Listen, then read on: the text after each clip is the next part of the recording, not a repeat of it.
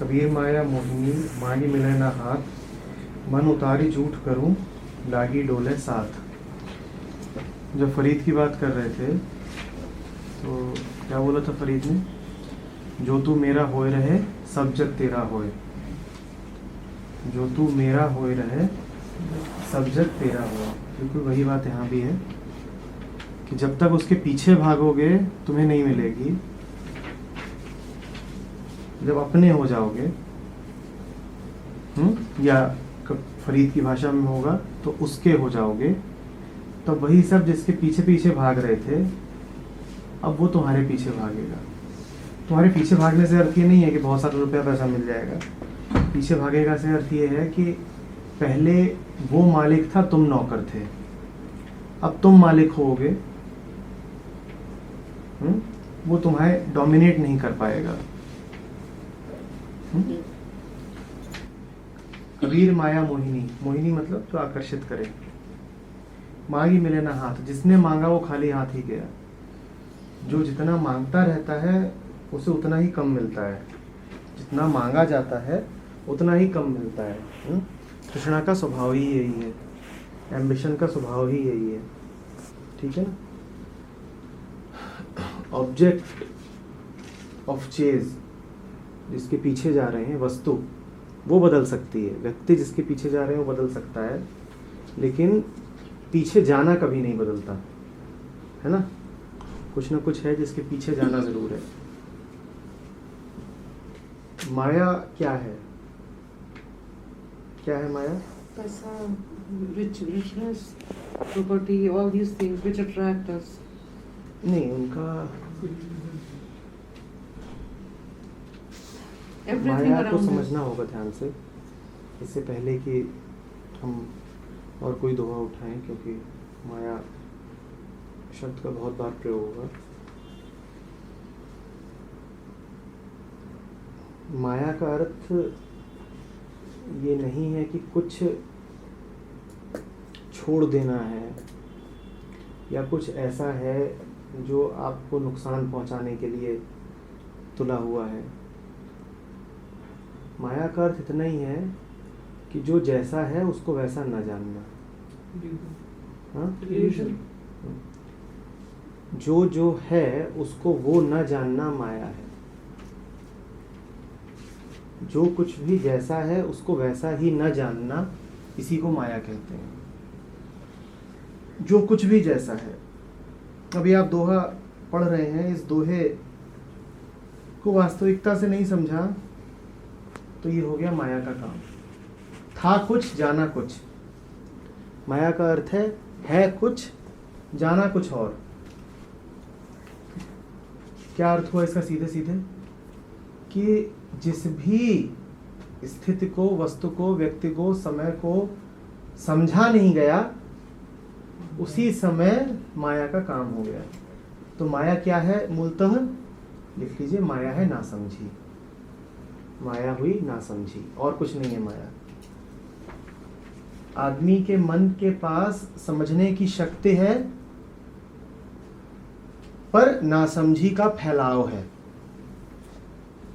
Potential तो है समझ का, पर जो चारों तरफ फैला हुआ है वो नासमझी ही है। इसी का नाम माया है। ठीक है? और अगर समझ की संभावना नहीं होती तो फिर माया जैसी कोई चीज हो भी नहीं सकती थी। ठीक है ना? फिर कहता कौन कि वो माया है? जो समझदार है वही तो माया को माया जान सकता है ना। तो माया का अर्थ है कि समझ की संभावना होते हुए भी मैं नासमझ हूं, बस यही माया है, और कुछ नहीं है माया। कोई जादू का खेल नहीं है माया। किसी ने कोई जाल नहीं फैला रखा है, किसी ने कसम नहीं उठा रखी है कि आपको धोखे में रखना है। आप नासमझ हैं, इसी का नाम माया है। हम नासमझ हैं, इसी का नाम माया है। ठीक है? निश्चित रूप से नासमझी में आप जो कुछ मांग रहे हैं वो आपको मिलेगा कैसे? क्योंकि नासमझी में आप जिस चीज को जो समझ के मांग रहे हो वो ऐसी है ही नहीं। तो बड़ी सीधी सी बात कही है कबीर ने कि कबीर माया मोहिनी मांगी मिले ना हाथ।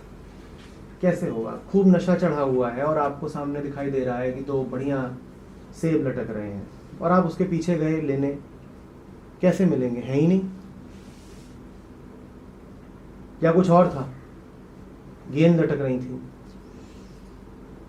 या अंगूर हो सकते हैं, या हो सकता है कुछ भी ना हो, आपको लग रहा है, या कुछ ऐसा हो जो जहरीला हो पर लग क्या रहा है कि सेब है, या कुछ ऐसा हो कि जिसको खा लिया तो भूख और बढ़ जाएगी और प्यास और बढ़ जाएगी। यही अर्थ है माया का। उसका न मिलना कष्टकर है और उसका मिलना और भी ज्यादा कष्टकर है।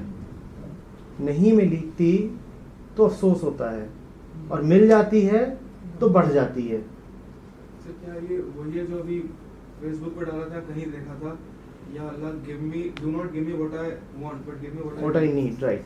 ये जो वांट है, वांट के पीछे एक धारणा छुपी होती है कि मुझ में कुछ कमी है।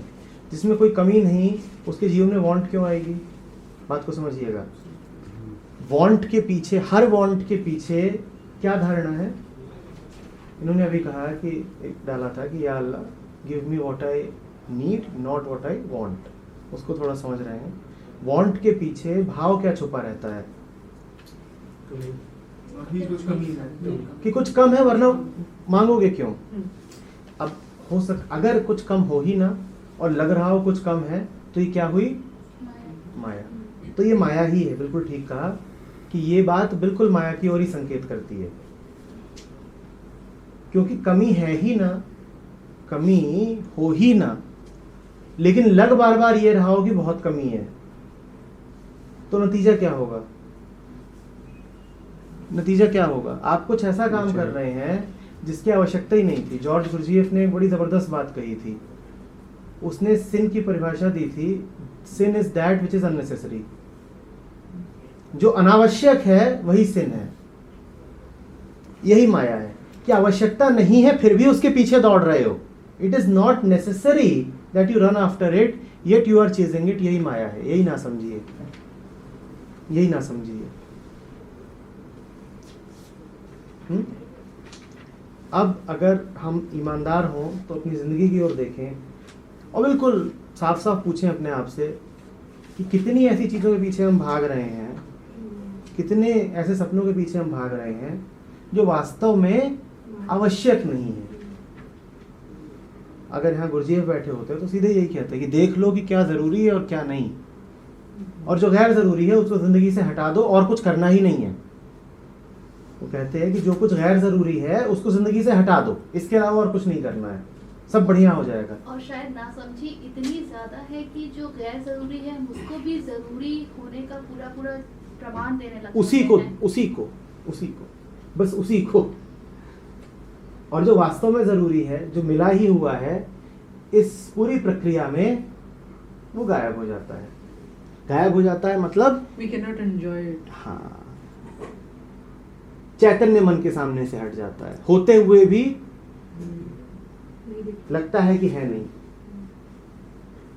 अपना एहसास नहीं कराता है, रह जाती है सिर्फ बेचैनी। तो माया का क्या अर्थ हुआ? I want. और हर वॉन्ट के पीछे नासमझी छुपी हुई है। इस बात को ध्यान रखना है। वही एग्जांपल है ना कि मेरी जेब में जो जरूरत है, पेन है, कुछ भी है, रखा हुआ ऑलरेडी, और मैंने कोहराम मचा दिया कि कहाँ है। और कबीर इस बात को बार बार बोलते हैं, बार बार। कभी वो कहते हैं कि तू कितनी बेवकूफ है, गोद में तेरे बच्चा है और पूरे गांव में ढिंढोरा पीट रही है। कभी इस प्रतीक का इस्तेमाल करते हैं कि बच्चा गोद में है और तू पूरे गांव में ढिंढोरा पीट रही है कि मेरा बच्चा खो गया है। कभी वो कस्तूरी मृग का उदाहरण लेते हैं कि कस्तूरी कुंडल बसे मृग खोजे वन माही। कभी कुछ और, कभी कुछ और।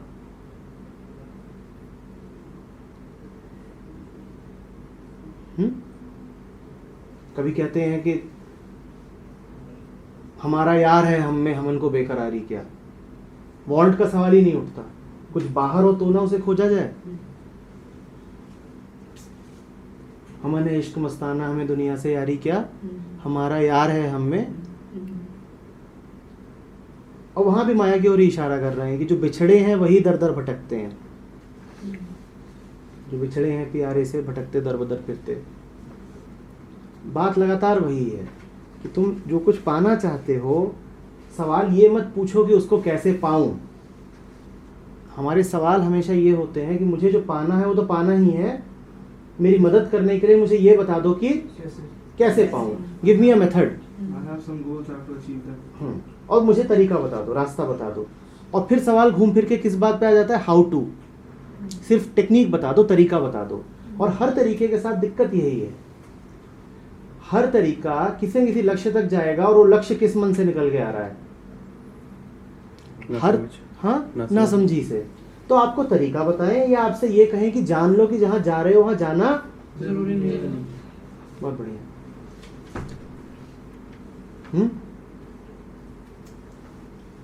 तुमने पहले ही लक्ष्य बना रखे हैं और फिर तुम कहीं चले जाते हो। तुम्हारी पूरी तलाश, जब लोग कहते हैं कि आई एम अ सीकर, मैं तलाश में हूं, तो तलाश भी किस बात की होती है? तलाश ये होती है कि मेरी कामनाओं की पूर्ति हो जाए।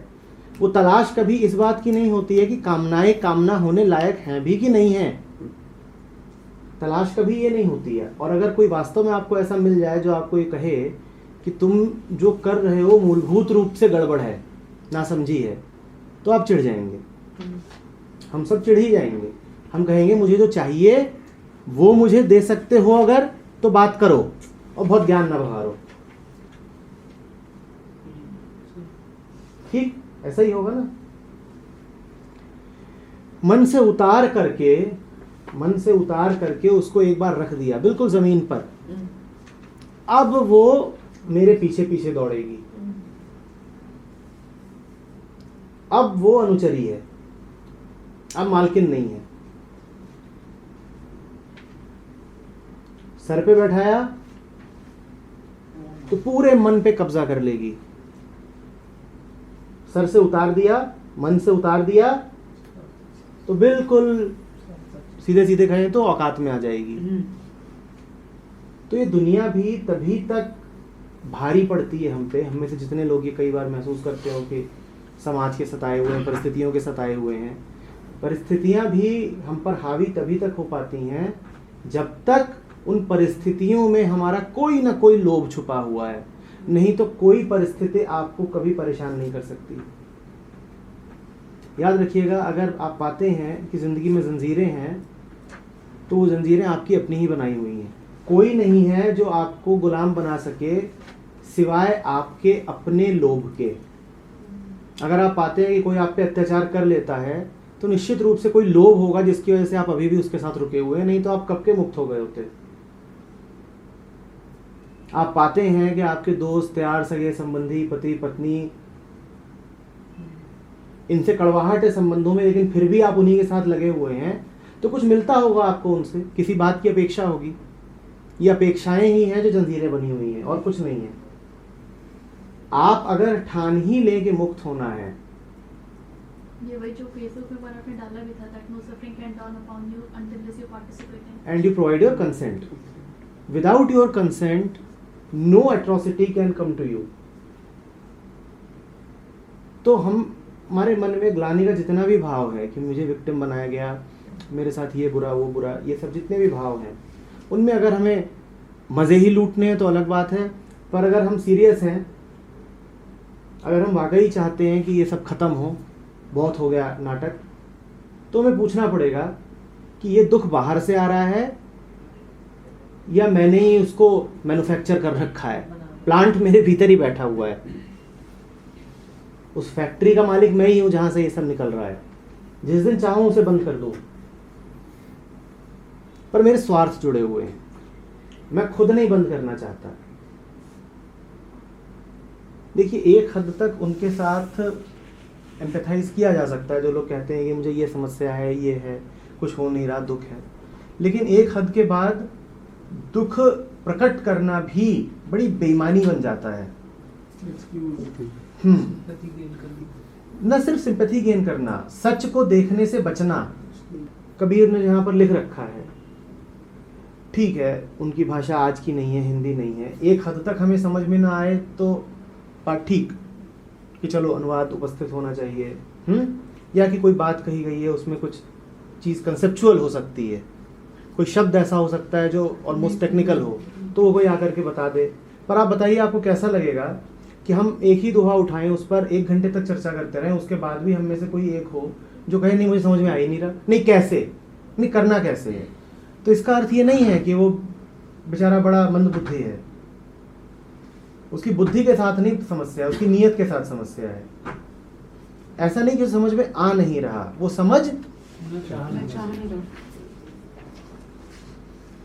तो इसीलिए शुरू में 2-4 सवाल आए तो उनके उत्तर दिए जा सकते हैं, पर अगर कोई उत्तर के साथ ही बंधा पड़ा है तो समझ लीजिए कि वो चाल खेल रहा है। सॉरी, प्रश्न के साथ ही अगर कोई बंधा पड़ा है तो चालबाज आदमी है। उसको प्रश्न में कुछ ना कुछ उसे उत्तर मनचाहा चाहिए, या फिर वो उत्तर तक जाना ही नहीं चाहता, समाधान तक जाना ही नहीं चाहता। मामला इतना पेचीदा कभी है ही नहीं कि उसके लिए बहुत कुछ करा जाए। मामला इतना पेचीदा है ही नहीं। अगर हमारे लिए शास्त्र इतने ही जरूरी होते तो फिर हमें शास्त्रों के साथ पैदा होना चाहिए था। सीधी सादी साधारण ईमानदार लिविंग के लिए इतना कुछ करना ही नहीं पड़ता है कि बड़े कर्म करे जा रहे हैं, बड़ी यात्राएं करी जा रही हैं, बड़े ग्रंथ पढ़े जा रहे हैं, बड़ी चर्चाएं करी जा रही हैं।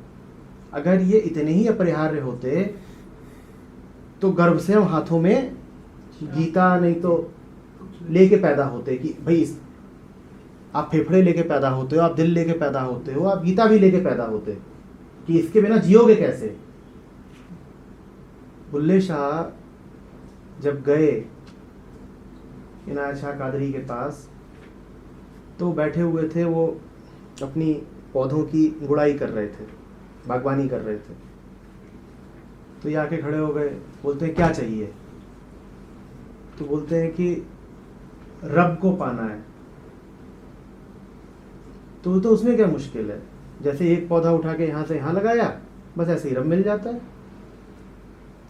यहाँ से उखाड़ा और वहां पे लगाया, बस यही है, मिल गया रब। तो इतना ही सहज है। उसको कॉम्प्लिकेट करने का काम हमारा है। मामला अपने आप में बहुत सहज है। जो उनके गुरु ने बात कही बिल्कुल सीधी थी कि तुझे पाना है तो तू इतना क्या नाटक कर रहा है, पता नहीं कितना बड़ा काम करना है कि रब नू पाना है। ये पौधा यहां से उखाड़ और यहां पे लगा और इतना ही साधारण है पा लेना उसको। आशय उनका ये था कि तूने अभी मन को जो मिट्टी दे रखी है उस मिट्टी से उसको हटा और एक दूसरी मिट्टी में लगा। पर उस आदमी की सहजता देखिए कि इसमें इतना मुश्किल है क्या। मुश्किलें तूने पैदा कर रखी हैं, मुश्किलें तूने अर्जित करी हैं, वरना काम अपने आप में बड़ा साधारण है। Eat when you eat. Eat when you're hungry. Zen.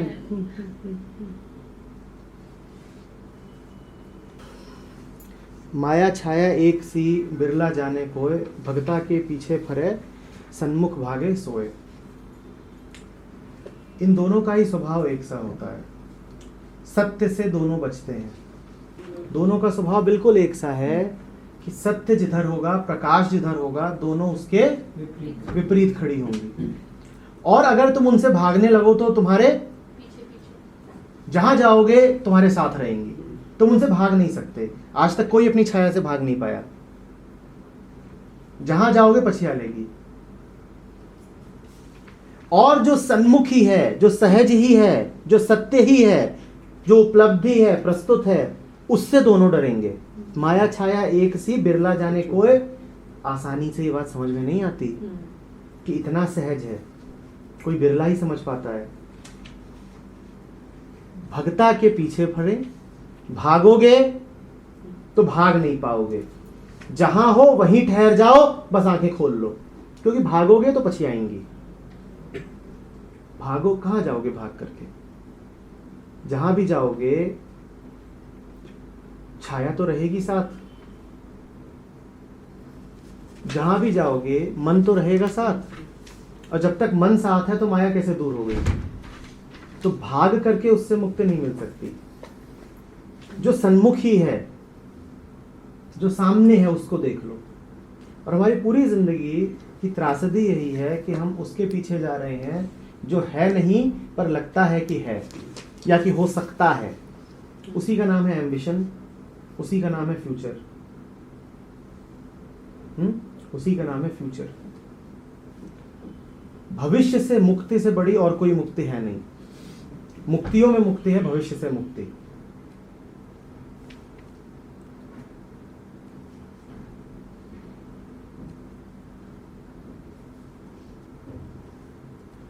और जो सन्मुखी है उसी सत्य का नाम है वर्तमान। और सत्य कहीं है नहीं। सन्मुख है इसका मतलब ये नहीं है कि आप मेरे सामने बैठे हैं तो आप सत्य हैं, या मेरे सामने या कुंदन के सामने मैं बैठा हूं तो मैं सत्य हूं। मन में रहता है, जो मन में रहता है वो कभी वर्तमान नहीं होता।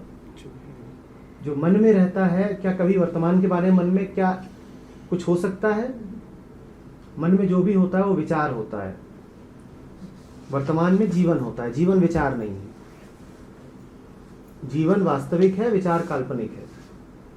तो मन में जो कुछ होता है वो कभी वर्तमान का नहीं हो सकता। वर्तमान के बारे में आप कोशिश करिए अभी कोई विचार करके, कर पाएंगे क्या? You have to live the present. हुआ जा सकता है, जिया जा सकता है, सोचा नहीं जा सकता।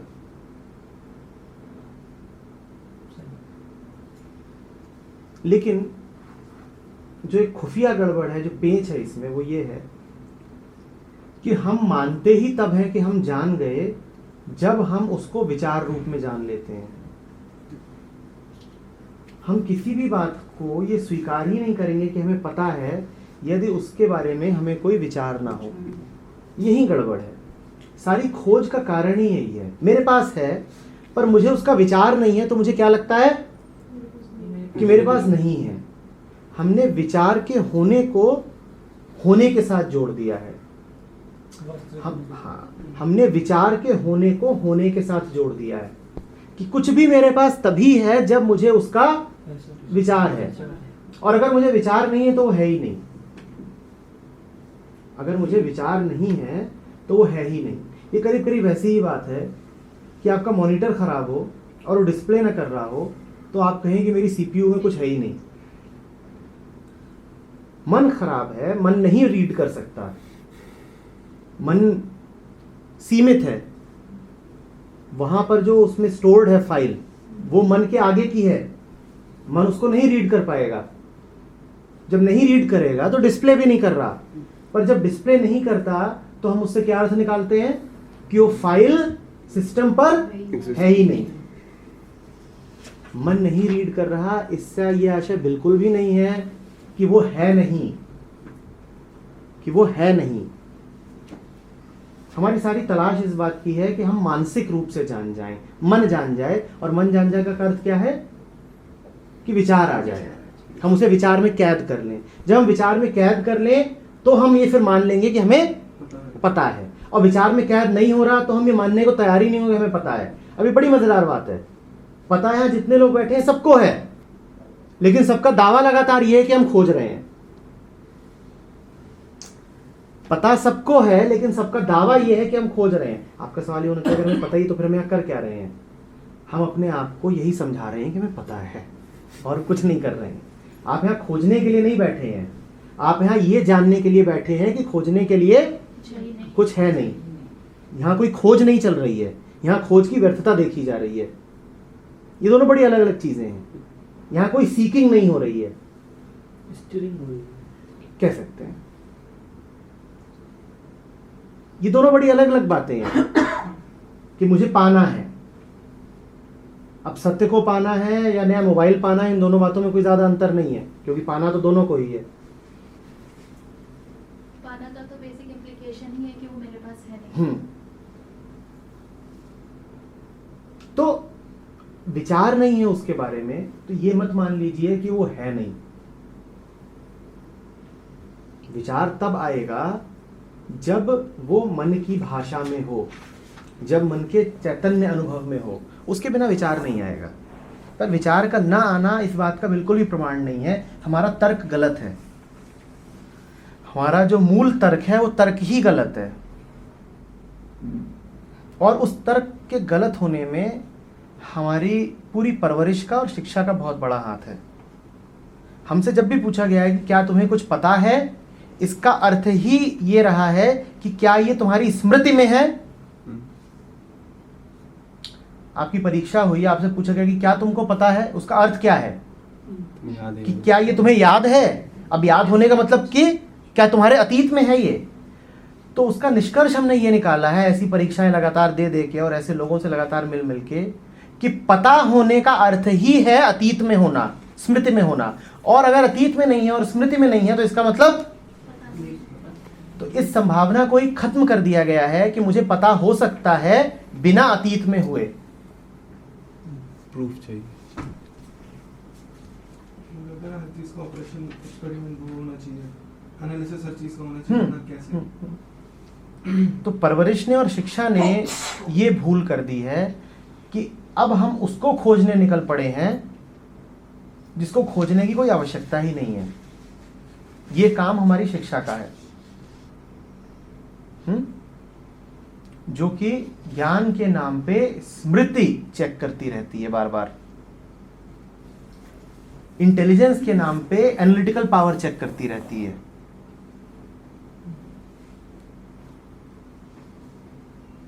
और जो ये सामान्य कल्चर है इसका भी है। जब आप बोलते हो कि कोई बहुत जानकार आदमी है तो आप सिर्फ इतना ही कह रहे होते हो कि उसके पास स्मृतियों का बड़ा भंडार है। तो जो पॉपुलर कल्चर है उसमें भी हम उस ज्ञानी, जानकार, नॉलेजेबल उसको ही बोलते हैं जो इतना बड़ा डेटा रख के बैठा हो, वही है ज्ञानी। तो मन ने हमारे फिर बढ़िया निष्कर्ष निकाल लिया है कि आप भी अगर विचार में कैद करके शब्दों में व्यक्त कर सकते हो तो आप जानते हो, नहीं तो आप नहीं जानते।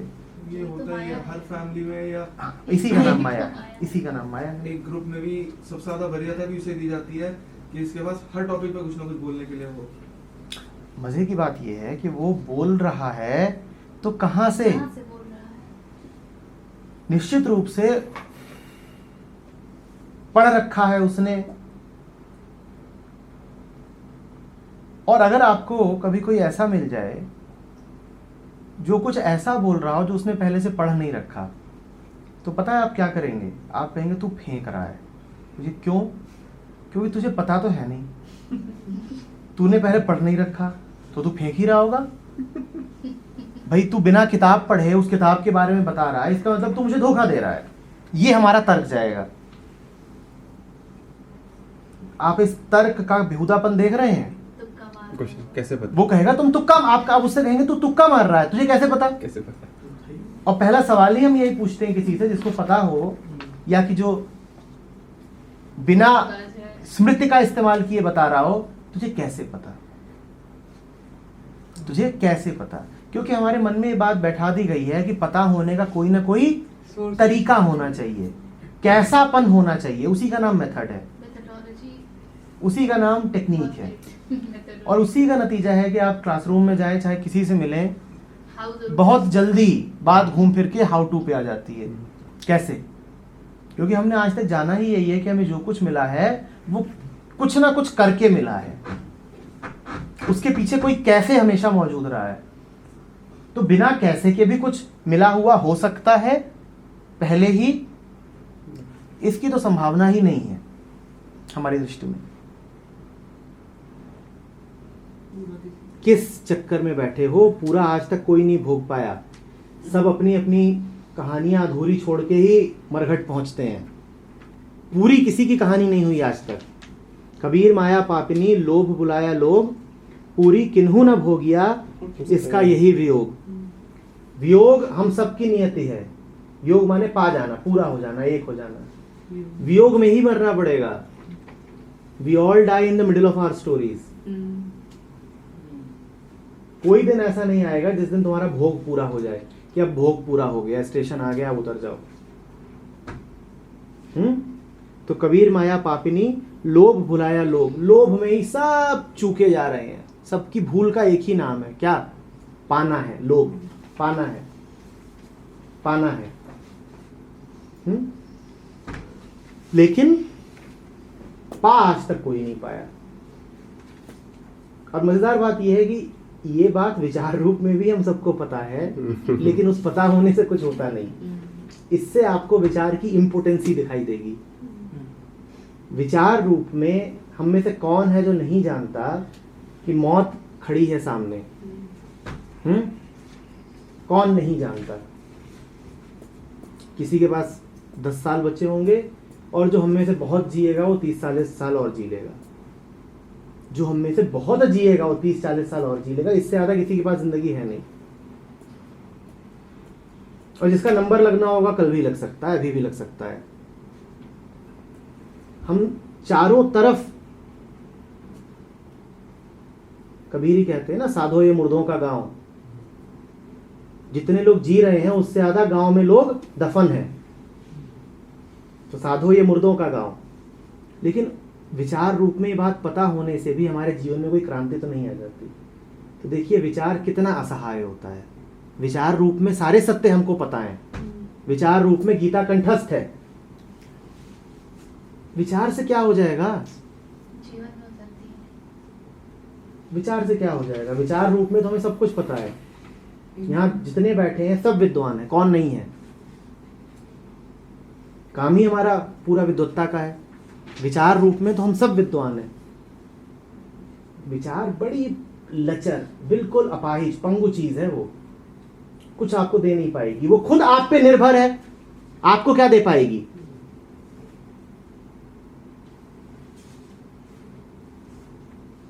आपको क्या दे पाएगी वो? विचार रूप में सत्य, पहली बात, कैद नहीं होता। जो कैद होता है वो सत्य की एक बड़ी धुंधली सी छवि होती है, और वो छवि किसी काम की होती नहीं विशेष, सिवाय इसके कि जो आंखें खोल ही रहा है, बस उसको एक सहारा मिलता है कि छवि है तो शायद सत्य भी होगा। छवि है तो शायद सत्य भी होगा। बुद्ध से एक बार किसी ने पूछा कि कुछ होता है निर्वाण? तो चुप रहे कुछ देर। फिर कहते हैं निर्वाण भले ना होता हो, पर निर्वाण की कहानी पता हो ये बहुत जरूरी है। निर्वाण के बारे में सुना हो ये बहुत जरूरी है। निर्वाण होता है कि नहीं होता है इस बारे में तुमसे कुछ नहीं बोलूंगा, पर यह बहुत बहुत जरूरी है कि सबने निर्वाण का नाम सुन रखा हो। और कितनी जबरदस्त बात कही है उन्होंने कहा है निर्वाण तुम मुझसे पूछ क्या रहे हो? जब तुम्हें मिला नहीं है तो तुम्हें पता ही नहीं तुम किस बारे में पूछ रहे हो। अगर मैं कह भी दूं कुछ होता है तो तुम क्या जान जाओगे कि कुछ क्या है? और मैं कह दूं नहीं होता तो तुम क्या जान जाओगे कि क्या नहीं होता? तो बुद्ध फालतू की बातों के जवाब देते ही नहीं थे। उनको कहते हैं ना, some people don't suffer fools। तो चुप। लेकिन जो बोला उन्होंने वो बात एक उपाय थी कि होता हो कि ना होता हो उसका नाम सुनना बड़ा जरूरी है, ताकि कुछ चमके कि ऐसा भी कुछ है क्या।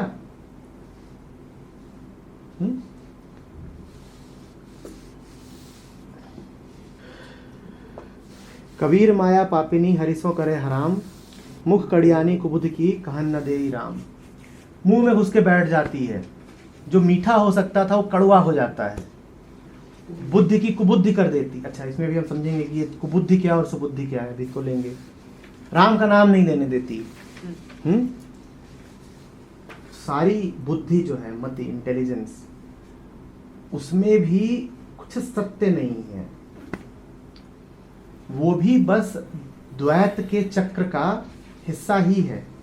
ठीक है ना, कि अतीत से आई और अब अतीत की ओर देखती है वो भी द्वैतात्मक ही।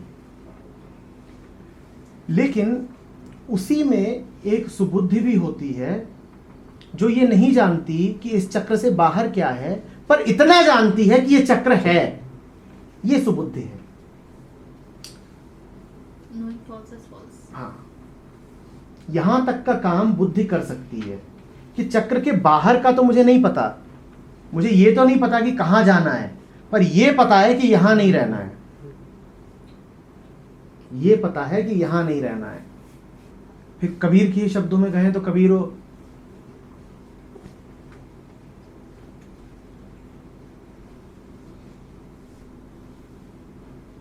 ये देश बेगाना, कबीर का गीत है, साधु ये देश में। साधो ये देश बेगाना, और उसी में आगे वो कहते हैं कि ये संसार कागज की पुड़िया, बूंद पड़े घुल जाना, ये संसार कांटों की झाड़ी, उलझ उलझ मर जाना, रहना नहीं देश बेगाना। ये सुबुद्धि है कि रहना नहीं देश बेगाना, ये संसार कांटों की झाड़ी, उलझ उलझ मर जाना। इतना दिख गया है कि यहां कांटे ही कांटे हैं। अब कांटे कहां नहीं है इसका मुझे नहीं पता, ये मुझे अभी नहीं पता कि कांटे कहीं ऐसी जगह है कि नहीं होते हैं, क्या है ये वो, पर अभी जो तथ्य है सफरिंग का, उससे मैं नहीं भाग रहा हूं, मैं ठीक ठीक देख रहा हूं कि कांटे ही कांटे हैं, सफरिंग ही सफरिंग है। ये समझ रहे हैं? ये हुई सुबुद्धि। और माया क्या है? कुबुद्धि। उसमें क्या होता है? कुबुद्धि में क्या होगा? कांटे ही फूल लगते हैं। कितना सुख है बंधन में। But actually, I know somebody who is just like it. कि I'm very happy the way I am. तो इसमें वैसे बुराई क्या है? कोई नहीं बुराई है। जो अभी वहां पर है, उस स्थिति में है, उसको वैसे ही रहने देना चाहिए, कुछ नहीं कहना चाहिए। आप में अगर बहुत करुणा उठ रही हो तो अलग बात है, नहीं तो सर फुटवाने वाली बात है और कुछ नहीं होगा। कानों में पैर क्यों मार रहे हैं? उसका इतना ही है। देखिए होगा क्या, अगर कोई कहे I am very happy the way I am, तो उसकी मदद करने का एक ही तरीका है, उसको उसका दुख दिखाना पड़ेगा, उसको दुखी करना पड़ेगा। उसको दुखी करोगे तो आपको भी दुखी करने की कोशिश करेगा। तो इतनी अगर करुणा हो कि आपको कोई दुखी करने की कोशिश करे, आप इस बात को झेल जाओ, तभी उसमें उतरिए। बहुत आसान है, कोई बोले कि मैं बहुत खुश हूं, मैं बहुत खुश हूं और मैं जैसा चल रहा है सब कुछ ठीक है, उसको ये दिखाना कि तुम कितने दुखी हो बहुत आसान है। एक छोटा सा प्रयोग चाहिए, अभी उसको दिख जाएगा, रोना होना शुरू कर देगा। कैसे? कुछ नहीं, उसके दोस्त को बुलाइए साइड में, कहिए कि उसको जाके कोने में बोलो कि घर से फोन आया है, पापा मर गए। और ये बहुत बड़ा लगता हो तो उसको साइड में बुलाइए और बोलिए कि फोन आया है कि प्रमोशन होना था, नहीं हुआ। कि तुम कितने नाजुक जगह पे खड़े हुए और तुम कह रहे हो जो चल रहा है ठीक है। स्टूडेंट बोले कि ये है, बुलाइए उसके दोस्तों को, ये धीरे से आके बोल दियो कि तेरा ना एडमिट कार्ड ब्लॉक कर दिया गया है, और फिर जो हवाइयां उड़े चेहरे पे उसके, ये है तुम्हारा सुख। लेकिन जब आप ये करेंगे तो चिढ़ेगा, बुरी तरह चिढ़ेगा। तो इसीलिए कह रहा हूं कि आप में अगर बहुत ताकत हो, बड़ी एनर्जी हो, तो ही इस प्रक्रिया में उतरिएगा, नहीं तो कहिए कि ठीक, जाओ अभी ऐश करो। माया तो ठगनी भई, ठगत फिरे सब देश, जा ठगने ठगिनी ठगी, ता ठग को आदेश। ये बहुत पसंद है मुझे व्यक्तिगत रूप से, कि ठगा जा सकता है इस ठगनी को भी।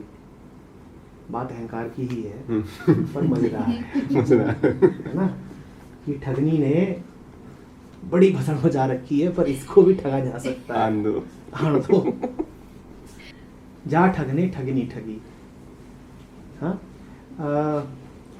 हम फरीद की जब बात कर रहे थे, उन्होंने भी कहा था, उसको फरीद ने ठग लिखा था कि वो ठगों का ठग है, कि वो ठगों का ठग है। और फरीद ने वो बात कबीर से करीब 400 साल 500 साल पहले कही थी, 400 साल, कि वो ठगों का ठग है।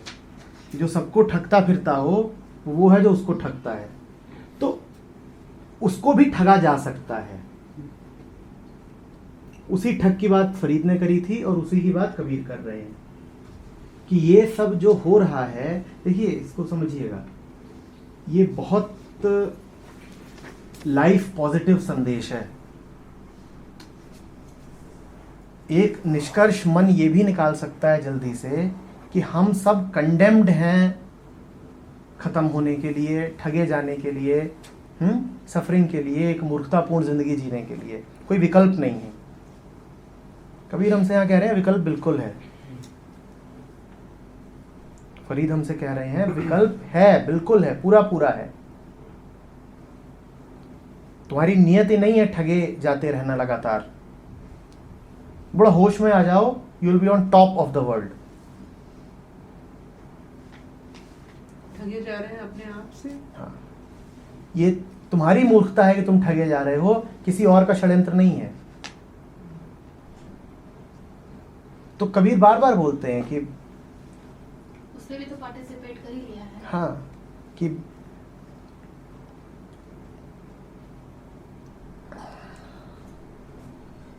एक सिंहासन चढ़ चले एक बांध जंजीर, आया है सो जाएगा राजा रंग फकीर। एक सिंहासन चढ़ी चले एक बांध जंजीर। तो सिंहासन चढ़ के भी जाया जा सकता है, ये संभव है। तुम्हारी नियत नहीं है कुचले जाते रहना। जीवन को शाह की तरह, राजा की तरह भी जिया जा सकता है। जिनको कुछ ना चाहिए वो शाहन के शाह। तो जीवन को बादशाहत में भी जिया जा सकता है। जीवन को बादशाहत में भी जिया जा सकता है। और ये बात सबने कही है, किसी ने ऐसा नहीं कहा है कि तुम्हारा अगर ऐसा होता ही कि सब कुछ, संन्यास भोग की कला। हाँ, संन्यास भोग की कला है। ओशो के शब्दों में, बुद्ध के शब्दों में दुख से मुक्ति संभव है। बुद्ध का पूरा कहना ही यही था कि दुख ये है और दुख से मुक्ति संभव है। सुख की बात भले नहीं कही, लेकिन दुख से मुक्ति संभव है इन्होंने जरूर कहा था।